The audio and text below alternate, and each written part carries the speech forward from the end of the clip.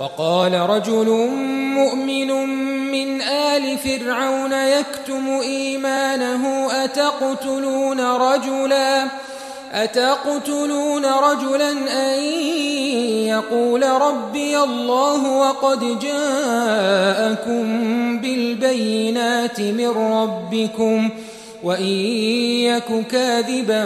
فعليه كذبه وإن يك صادقا يصبكم بعض الذي يعدكم إن الله لا يهدي من هو مسرف كذاب يا قوم لكم الملك اليوم ظاهرين في الأرض فمن ينصرنا من بأس الله إن جاءنا قال فرعون ما أريكم إلا ما أرى وما أهديكم إلا سبيل الرشاد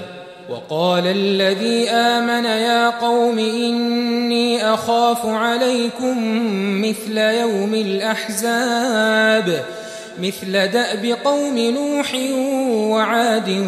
وثمود والذين من بعدهم وما الله يريد ظلما للعباد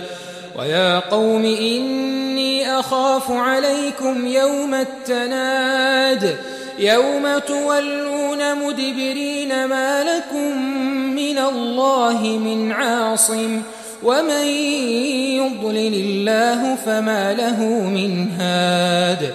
ولقد جاءكم يوسف من قبل بالبينات فما زلتم في شك مما جاءكم به حتى إذا هلك قلتم لن يبعث الله من بعده رسولا كذلك يضل الله من هو مسرف مرتاب الذين يجادلون في آيات الله بغير سلطان أتاهم كبر مقتا عند الله وعند الذين آمنوا كذلك يطبع الله على كل قلب متكبر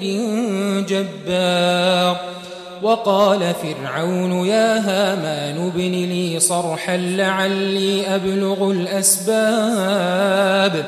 أسباب السماوات فأطلع إلى إله موسى وإني لأظنه كاذبا